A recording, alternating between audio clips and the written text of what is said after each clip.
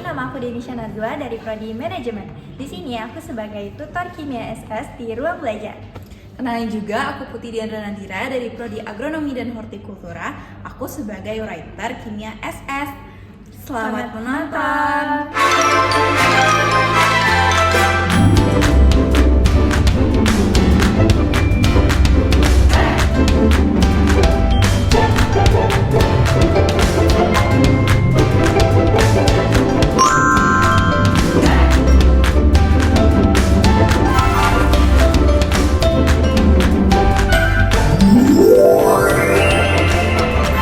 Halo teman-teman semua, jadi di bab 5 dan 6 ini kita akan belajar bab ketahanan dan juga keamanan pangan berkelanjutan.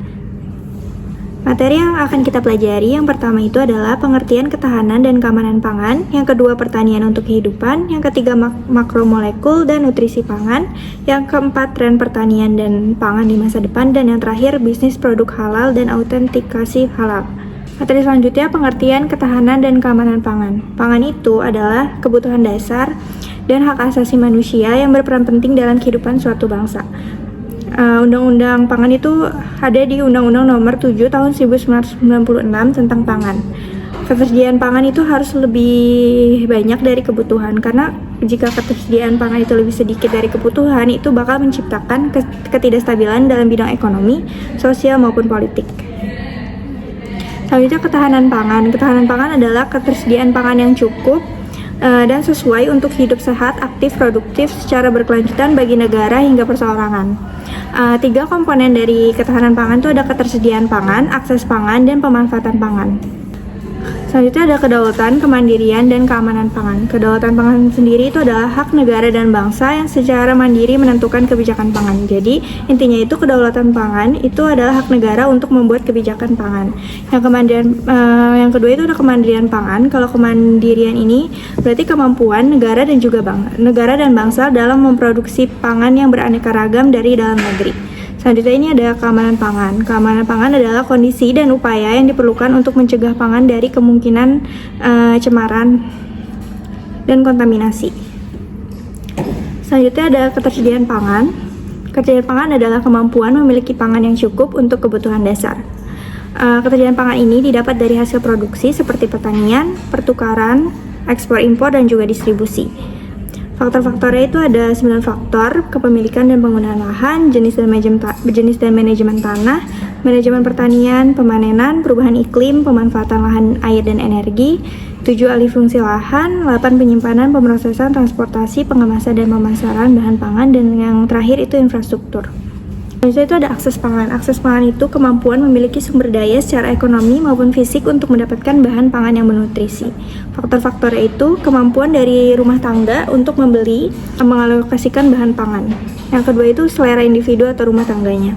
Akses pangan itu terbagi 2. Yang pertama itu akses langsung dan yang kedua itu akses ekonomi. Nah, akses langsung ini berarti rumah tangga atau individu itu memproduksi pangannya sendiri, sementara akses ekonomi, individu membeli dari luar. Selanjutnya ada pemanfaatan pangan. Pemanfaatan pangan adalah kemampuan dalam memanfaatkan bahan pangan dengan benar dan tepat secara profesional. Faktornya itu yang pertama jumlah dan kualitas pangan yang dapat dijangkau oleh rumah tangga. Yang kedua itu harus aman, bebas dari kontaminasi. Yang ketiga itu memenuhi kebutuhan fisiologis suatu individu.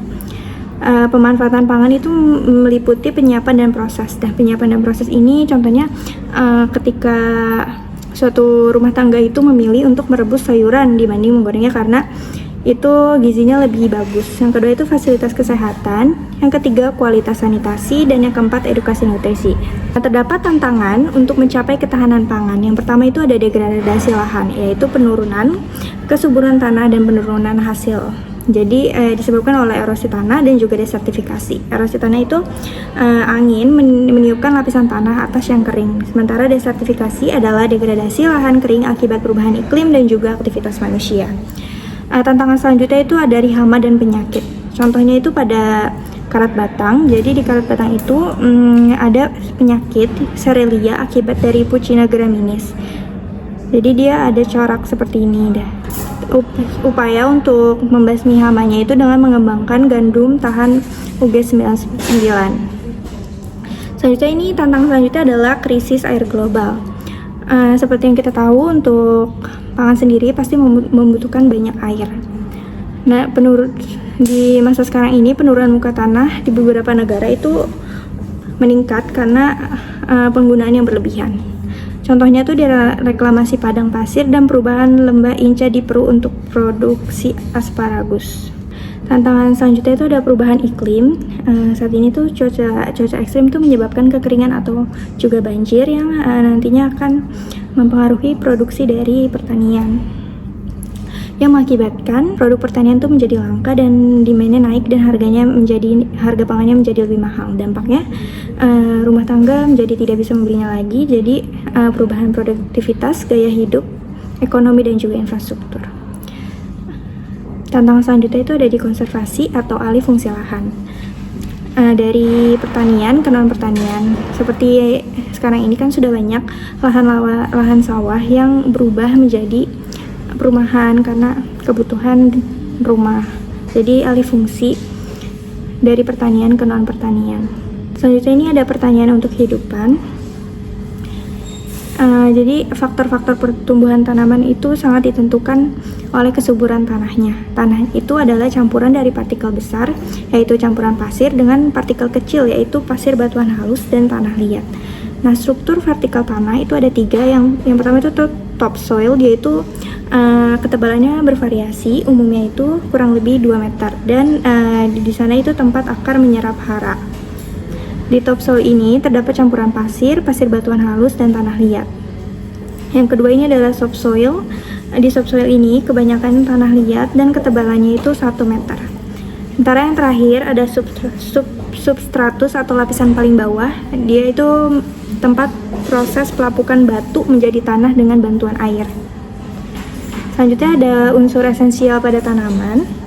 Ini ada unsur makronutrien dan juga mikronutrien. Makronutrien tuh nutrisinya yang banyak seperti nitrogen, kalium, kalsium, magnesium, fosfor, sulfur. Sementara yang mikronutrien itu ada klorin, besi, boron, mangan, seng, tembaga, dan molibdenum.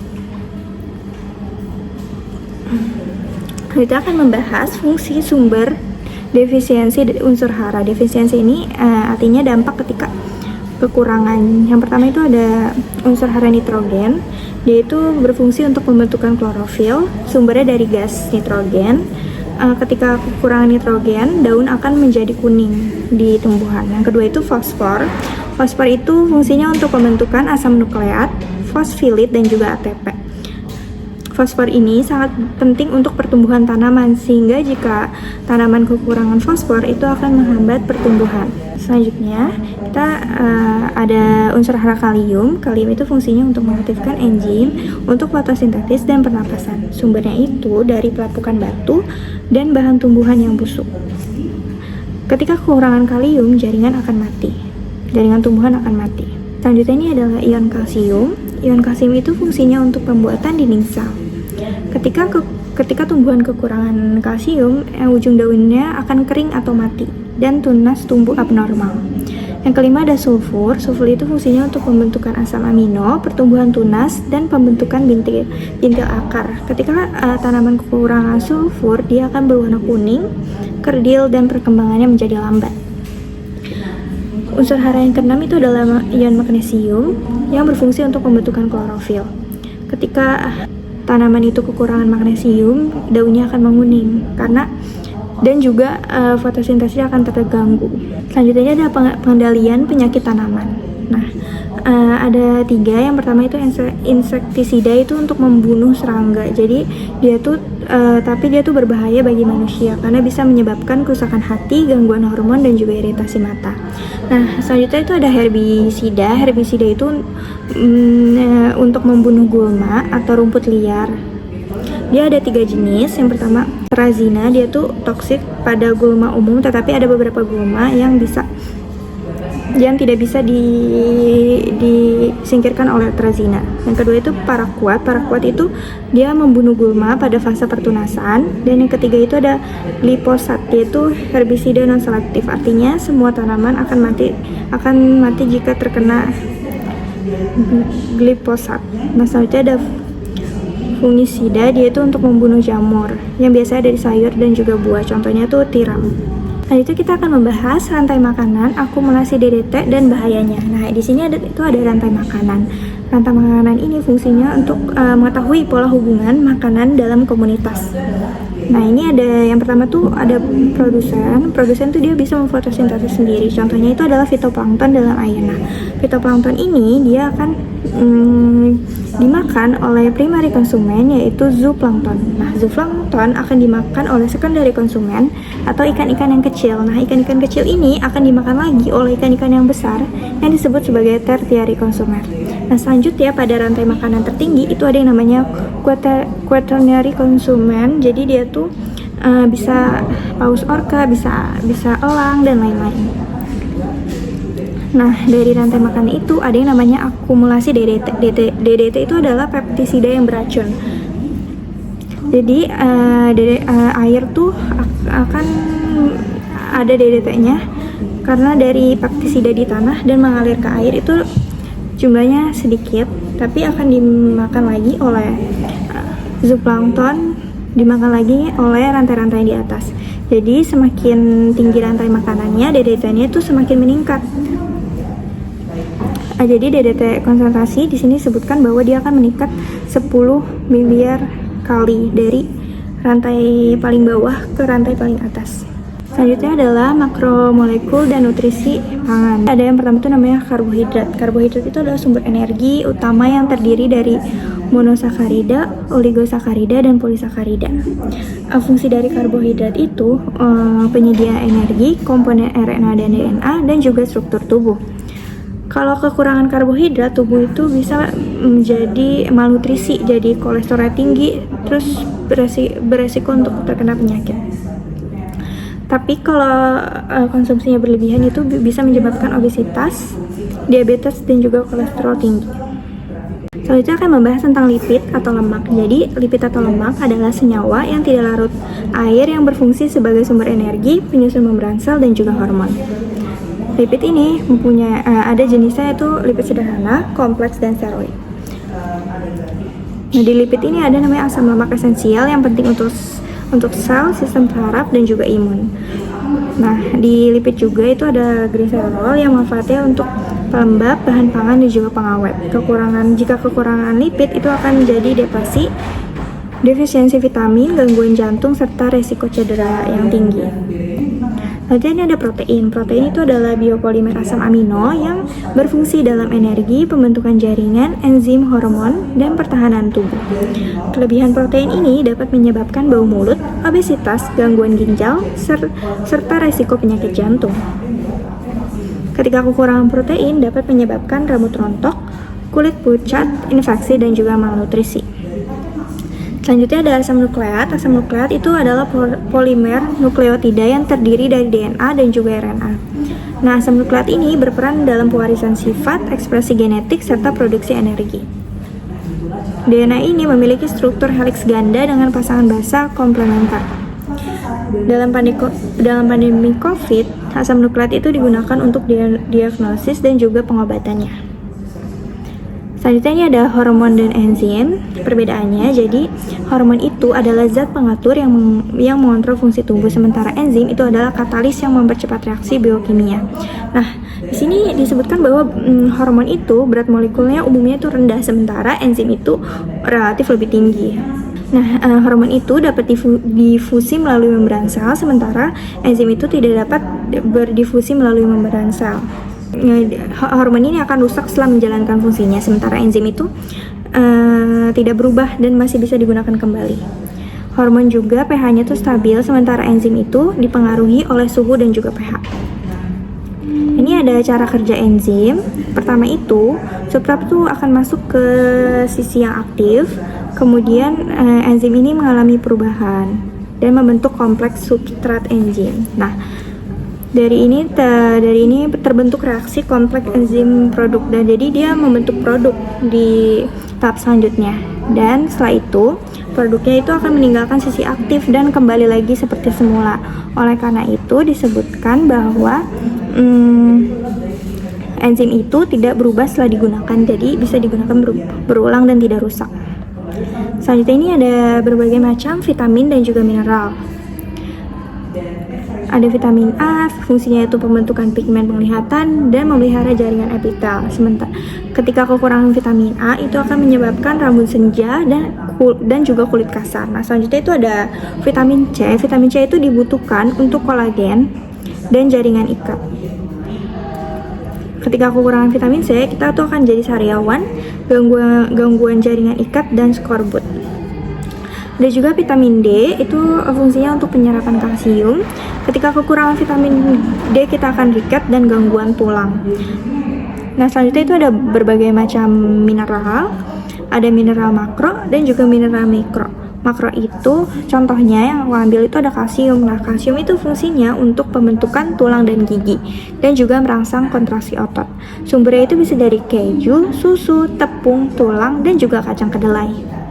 Nah, untuk mineral mikro itu contohnya itu ada besi. Besi itu untuk pembentukan hemoglobin sel darah merah. Sumbernya itu dari kuning telur, jantung, dan hati, ginjal sapi, kerang, asparagus, dan juga kacang. Untuk vitamin dan mineral lainnya kalian bisa baca di sini ya. Selanjutnya kita masuk bab selanjutnya, yaitu tren pertanian dan pangan di masa depan. Jadi konsumen tuh punya tuntutan untuk produsen pangan. Yang pertama tuh produknya harus aman. Yang kedua itu memiliki nilai gizi yang tinggi. Yang ketiga itu mutunya harus tinggi. Yang keempat diproduksi dengan cara ramah lingkungan. Yang kelima memperhatikan kesejahteraan petani dan pekerja. Yang keenam memiliki traceability atau dapat dilacak asal usulnya. Yang ketujuh itu ketersediaannya tuh tepat waktu. Dan yang ke-8 ini adalah harganya yang kompetitif. Nah, ini merupakan tantangan ilmuwan pertanian dan pertanian di masa depan. Yang pertama itu harga wajar bagi populasi yang bertambah. Jadi kan sekarang ini populasi manusia tuh kan meningkat kan, yang menyebabkan tuh berbagai kebutuhan tuh demand-nya jadi tinggi. Nah, tantangan di sini tuh gimana sih caranya biar harga pangan tuh tetap wajar, tetap terjangkau walaupun demand-nya itu tinggi. Yang kedua itu meningkatkan produktivitas tanpa perluasan lahan. Seperti yang kita ketahui bahwa sekarang ini banyak sawah yang dialihfungsikan menjadi rumah, menjadi mall, menjadi sekolah. Jadi tantangannya itu untuk bisa meningkatkan produktivitas pangan itu tanpa perluasan lahan, karena lahannya memang berkurang. Yang ketiga itu adalah menghemat penggunaan air. Seperti diketahui bahwa pertanian ini sangat memerlukan air. Jadi tantangannya itu gimana sih caranya biar kita tuh bisa hemat penggunaan air. Dan keempat itu lebih aman, bermutu, dan juga bernilai. Yang kelima, ramah lingkungan dan menjaga lahan.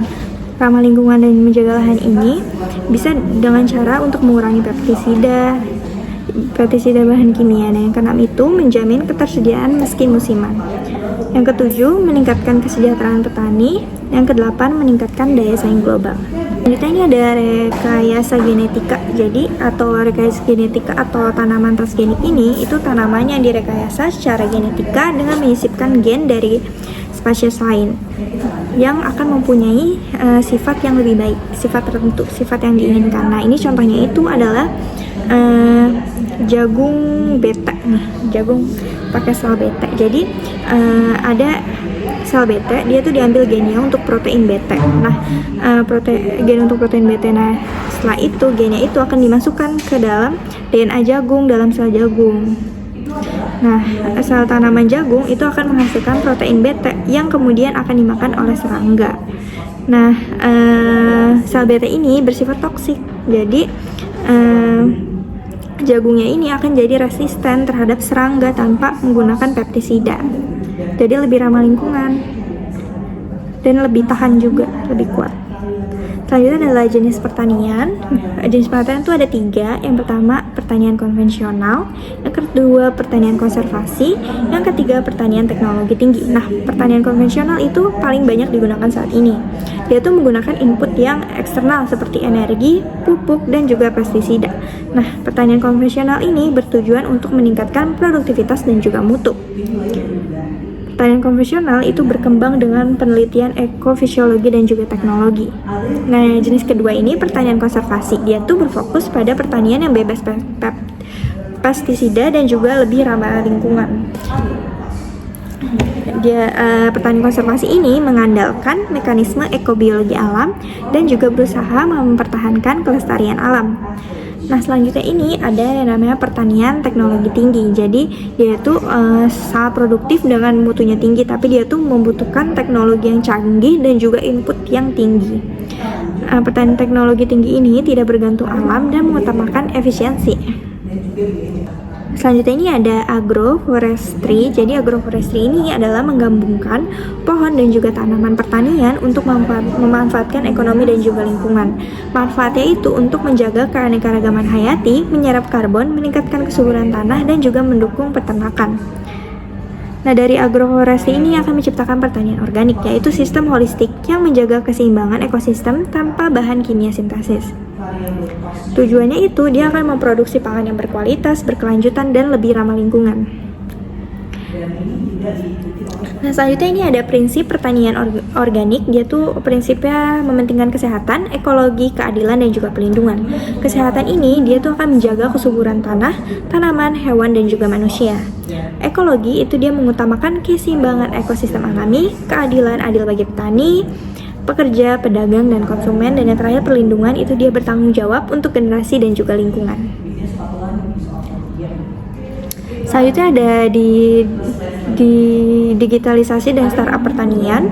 Jadi pada era industri 4.0 ini, integrasi pada pertanian dengan sistem digital untuk memodernisasikan sektor pertanian. Tujuannya itu untuk mengubah pertanian tradisional menjadi lebih efisien dan mendidik petani menjadi pengusaha agribisnis.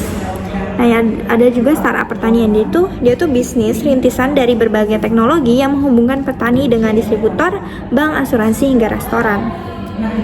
Nah, selanjutnya ini ada bisnis produk halal dan autentikasi halal. Nah, ada namanya kode E untuk nomor BTP. BTP itu adalah bahan tambahan pangan. Ini ada E100 sampai E199 itu untuk pewarna, E200 sampai E299 itu untuk pengawet dan lain-lain. Kalian bisa lihat di sini. Nah, kita harus tahu nih, mengapa sih halal itu jadi penting? Karena halal penting itu karena dia memberikan ketentraman dan juga kenyamanan bagi konsumen yang beragama Islam. Halal dan haram ini menjadi bagian dari ajaran Islam dan menjadi ciri seorang muslim. Halal itu yang tanaman, binatang laut, dan bahan tambang, misalnya itu garam, asam, cuka. Contoh syubhat itu adalah produk olahan dengan bahan kompleks, jadi butuh fatwa halal, misalnya permen atau jus.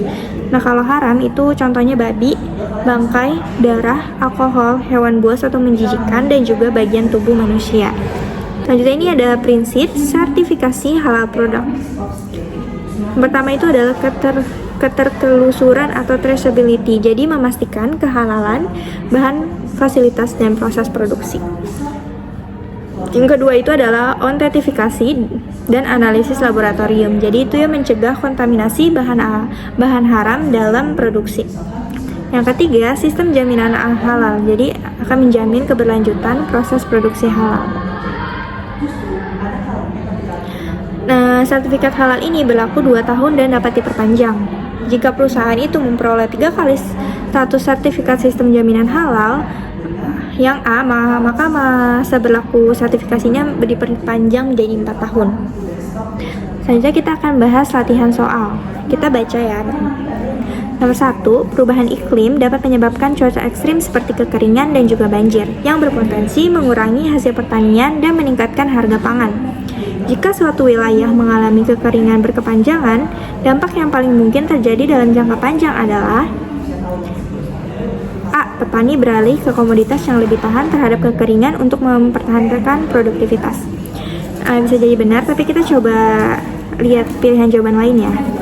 Yang B itu adalah harga pangan justru menurun karena banyaknya bantuan impor dari negara lain. Ini pasti salah ya, karena belum tentu ada bantuan impor dari negara lain. Belum tentu juga jika pun ada itu akan menjadi murah bahan pangannya pasti.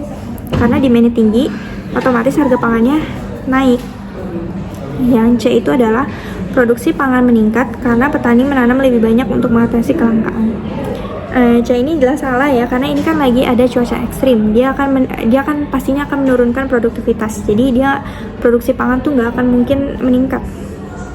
Yang D, masyarakat tidak terpengaruh karena ketahanan pangan global tetap stabil. Itu jawabannya salah, karena masyarakat pasti akan berpengaruh walaupun global tetap stabil. Tapi kan di daerahnya itu terkena kekeringan atau banjir, jadi itu akan tetap berpengaruh kepada masyarakat. Jadi jawabannya itu yang A. Selanjutnya untuk nomor 2, pernyataan yang benar mengenai perbedaan hormon dan juga enzim adalah yang A, hormon memiliki berat molekul relatif lebih tinggi, sedangkan enzim memiliki berat molekul yang lebih rendah. Ini jawabannya udah pasti salah, karena hormon itu memiliki berat molekul yang lebih rendah, sementara enzim itu memiliki berat molekul yang relatif tinggi.